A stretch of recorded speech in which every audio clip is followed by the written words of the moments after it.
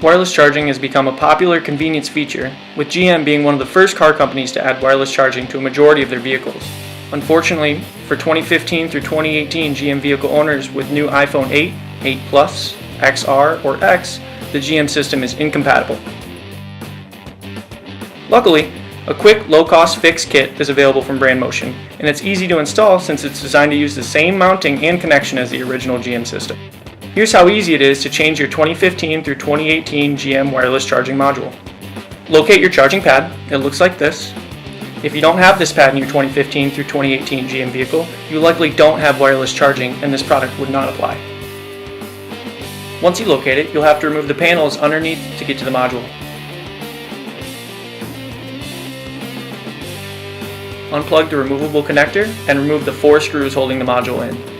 Brandmotion's replacement module has the same mounting and connector of the GM system, which makes replacement very easy.